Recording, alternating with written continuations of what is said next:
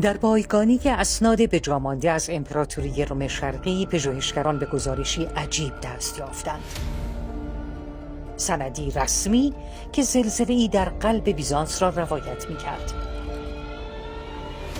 این زمین‌لرزه به طرز شگفت‌انگیزی در بطن یک تحول عظیم اسلامی نیز قرار دارد.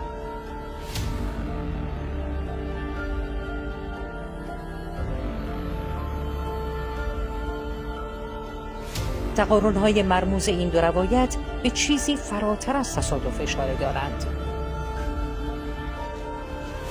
یک پیام از آینده‌ای که در عمق تاریخ نهفته است.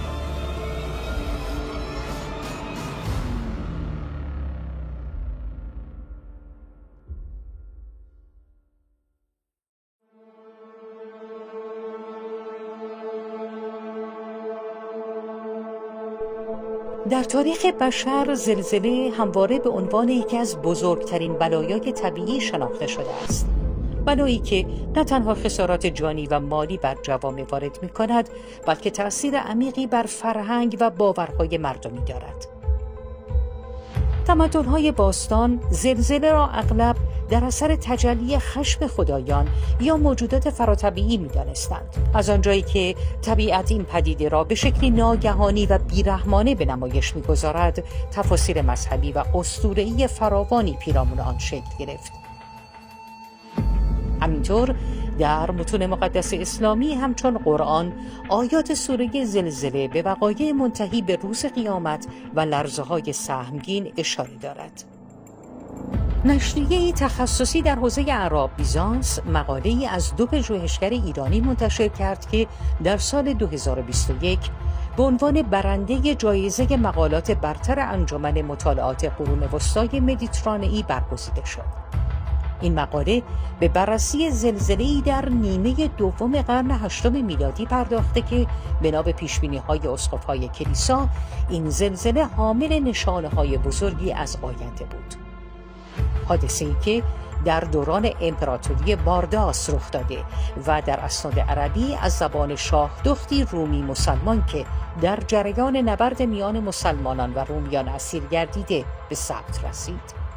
ما وقتی که مراجعه کردیم به تاریخ بیزانس یا روم شرقی، در ابتدا به نظرمون رسید که داستان حضرت نرجس خاتون رد میشه، اما با کمال شگفتی بعد از یک کشف جالب متوجه شدیم که نه، ماجرای حضرت نرجس خاتون تازه به شکل چشمگیری میخواد توسط تاریخ بیزانس و تاریخ روم تأیید بشه. این مقاله که قریب به 10 سال از آغاز پژوهش تا انتشار به طول انجامید، اخیراً در المساق مجله مدیترانه قرون وسطی منتشر شد. این ژورنال تخصصی ترین نشریه آکادمیک برای ارائه مطالعات در حوزه اعراب بیزانس با داوری همتا بوده که توسط انجمن مطالعات قرون وسطای مدیترانه‌ای گردانده می شود و توسط انتشارات راتلیج، یکی از برجسته ترین انتشارات علوم انسانی در دنیا، به چاپ می رسد. تحقیقات این ژورنال باید بر پایه روش‌های نوین تحلیل تاریخی انجام شود و صرفاً به یافته‌های تاریخی بپردازد، بدون اتکا به پیش‌فرض‌های مذهبی یا استدلال‌های کلامی.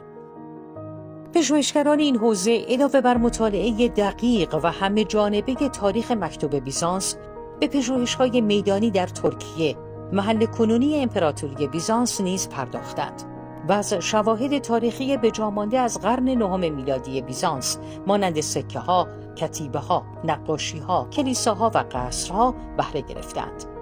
حتی برخی تحقیقات شامل مراجعه به کتابخانه تخصصی نسخ و کتب چاپ سنگی بیزانس در برلین و تبادل نظر با بیزانس شناسان مطرح به عمل آمده.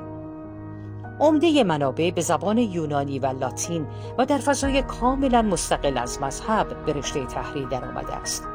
از همین رو تطابق داده‌های موجود در این منابع با جزئیات نقل اسلامی شاهد مهمی بر اصالت ماجراست و می‌تواند پاسخی به برخی شبهات وارده بر این موضوع از قبیل ساختگی بودن و دستمایه داستانسازی‌های مذهبی شدن ماجرا باشد.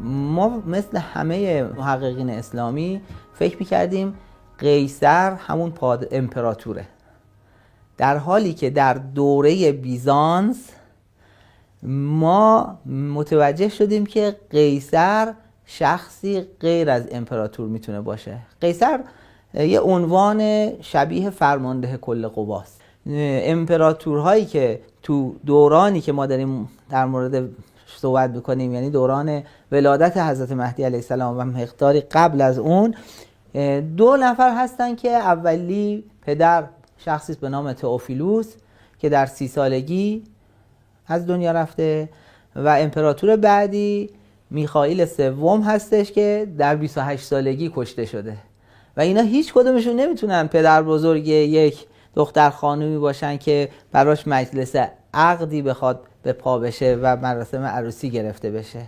میخائیل سوم که دقیقاً در زمان داستان حضرت نرجس خاتون هستش، چون سن اندکی داشته نائب السلطنه داشته، یعنی کس دیگری روم رو میچرخونده و اون شخص دایی او بوده که به نام بارداس معروفه.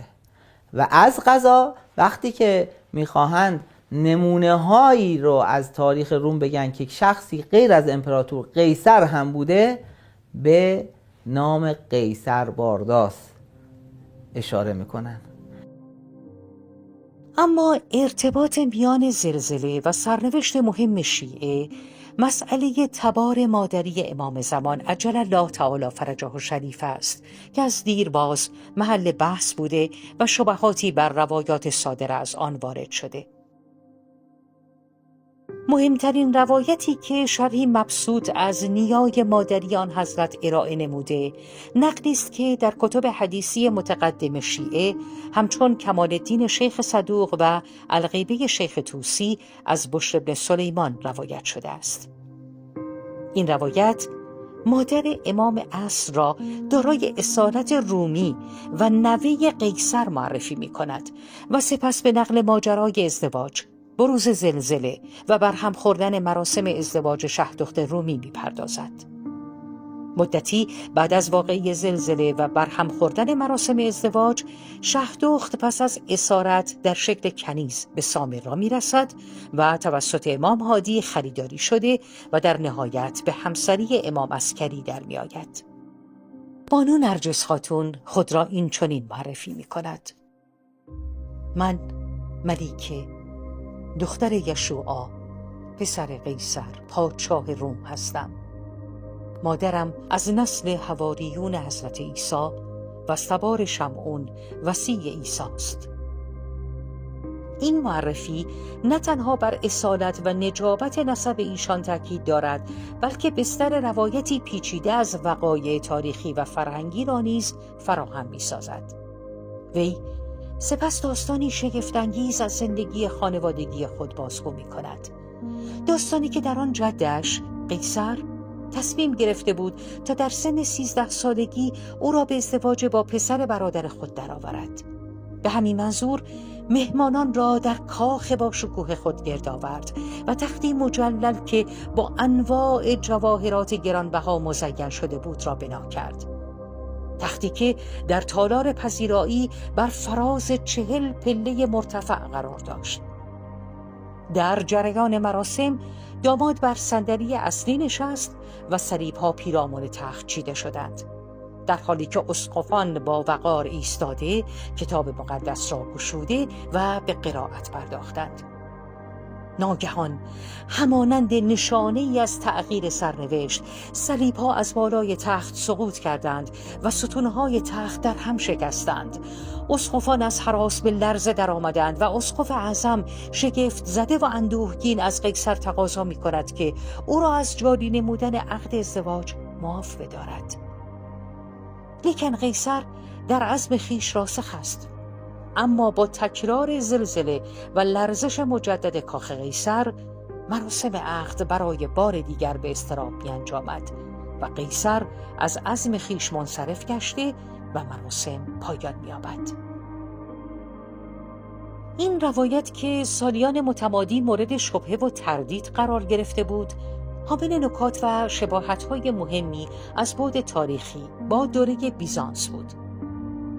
در این میان دو محقق ایرانی، هادی تقوی و احسان روحی، در مجموعه‌ای از پژوهش‌ها مؤلفه‌های تاریخی روایت اسلامی را با روایت موجود در تواریخ بیزانسی مقایسه کرده و تلاش کرده‌اند ربط و نسبت روایت اسلامی را با منابع برون اسلامی بکاوند و نتایج این تحقیقات را در نشست‌های معتبر مطالعات بیزانس ارائه کردند.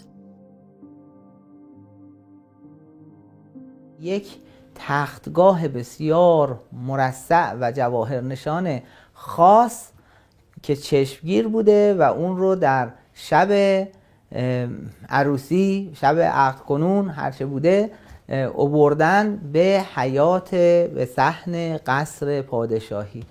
ما به طور خاص در تاریخ دوره بارداست میبینیم که یک چنین تختگاه ویژه‌ای هستش که ازش یاد میشه. بسیار مجلل بوده و در جشن استر و نیز در جشن‌های عروسی استفاده میشه و مورد بحث بیزانس پژوهان هستش. اینقدر این شیء مهمی هست. سن نامزدی در اون دوران طبق قانون رسمی اون دوران ما پیدا کردیم که سن 13 سالگی برای دختران و 15 سالگی برای پسران هست. اشرافزاده ها به خصوص در این سن نامدار میکردن فرزندانشون رو تا تحت تربیت های ویژه قرار بگیرن و برای رفتن به خانه بخت آماده بشن. محققان علاوه بر بررسی متون تاریخی با انجام تحقیقات میدانی در قلمرو امروزی امپراتوری بیزانس یعنی ترکیه به کشف زلزله‌ای گم شده در دل تاریخ دست یافتند. زلزله‌ای که هم در روایت شاه دخت و هم در منابع دیگر به آن اشاره شده است. بر اساس یافطه‌های ارائه شده در حوالی سال 860 میلادی زلزله‌ای مرگبار در بیزانس رخ داده بود. حادثه‌ای که اسقف‌ها آن را نشانه‌ای شوم برای حکومت بیزانس تلقی می‌کردند. زلزله‌های زیادی ثبت شده ولی یک زلزله خاص هستی که به همون تاریخ مربوط میشه و خیلی برای ما جالب بود. گزارش بسیار بسیار کهنی هستش که اونجا در منابع بیزانسی بهش اشاره شده. البته در منابع اسلامی هم مثل تاریخ طبری اشاراتی به این زلزله شده است، اما گزارش بیزانسی برای ما خیلی مهم و جالبه. در اون گزارش اومده که در یک شب زلزله هایی رخ داد و کنستانتینوپل به خود لرزید. فردای اون روز فوتیوس پاتریارک اعظم کنستانتینوپل یا به تعبیر عربیش بطریق اعظم مردم رو جمع کرد و به اونها خطاب کرد. گفت ای مردم، به شایعاتی که میگویند اتفاقات دیشب ناشی از غضب خدا بوده است توجه نکنید. این یک مسئله دینی نبوده، صرفاً جابجایی انبوهی از آبها و امواج بوده که باعث شده که کنستانتینوپل به خود بلرزه. این سوال پیش میاد که چرا باید در یک شب زلزله هایی رخ بده، قصر رو به خود بلرزونه و بعد این صحبت پیش بیاد که این یک مسئله دینی بوده؟ چون اون منطقه ترکیه فعلی و منطقه روم منطقه‌ایه که خیلی زلزله خیزه، ولی در مورد این زلزله خاص فوتیوس خودش رسما وارد عمل میشه و میگه به شایعات توجه نکنید. ما وقتی به داستان حضرت نرجس خاتون مراجعه میکنیم میبینیم که بیش از یک زلزله در اون مجلس عروسی رخ داده و بعد اون شخصیت‌های مذهبی اونجا به پادشاه، به قیصر میگن که جناب قیصر، ما رو از این ازدواج معاف کن که در اون زوال دین مسیحی و آیین ملکانی رو میبینیم. با وجود شواهدهای فراوان تفاوت‌هایی نیز در جزئیات روایت‌های زلزله، پیشبینی‌ها و اتفاقات به وقوع پیوسته بعد از آن دیده می‌شود. تفاوت‌هایی که ناشی از بسترهای فرهنگی و تاریخی متفاوت هر دو روایت است. احتمال انتقال روایت بیزانسی به دنیای عرب، چه از طریق شهادت شفاهی ملیکا و چه از طریق اسیران جنگی، به عنوان یکی از مسیرهای محتمل برای انتقال داستان‌های تاریخی مطرح است. با این وجود، گزارش‌هایی مبنی بر آنکه قیصر یک مترجم زن منصوب کرده بود تا به ملیکا زبان عربی را بیاموزد، نشانگر تعامل عمیق میان فرهنگ بیزانسی و عربی است. دوستان عزیز من، وقتی که این تحقیق رو داشتن پیگیری میکردن، با وسواس عجیبی داشتن این کارو میکردن. اینها از اول قصد کردن، گفتن ما میخواهیم در سختگیرترین مجلات علمی بین المللی مقاله‌ای تو این زمینه چاپ کنیم، آیا میتونیم یا نه؟ و این اتفاق افتاد و این یک افتخاری است که ما تونستیم یک گزارشی که در کتاب کمال‌الدین هست رو نشون بدیم که این معتبر از حیث منابع غربی. به طور کلی تا پیش از کشف مستندات بیزانسی، بحث‌ها و ابهاماتی درباره اصل و نسب حضرت نرجس خاتون وجود داشت که اصالت شاهزادگی ایشان را مورد تردید قرار می‌داد. اما با دستیابی به این گزارش‌های جدید از متون بیزانسی و تطبیق آنها با اسناد مکتوب عربی، تصویری روشن‌تر از جایگاه تاریخی و اصالت رومی ایشان به دست آمد. بر اساس این اسناد و تایید روایت بشر بن سلیمان میتوان با اطمینان گفت که بانو نرجس خاتون همان پرنسس مؤمنه ملیکه بوده است.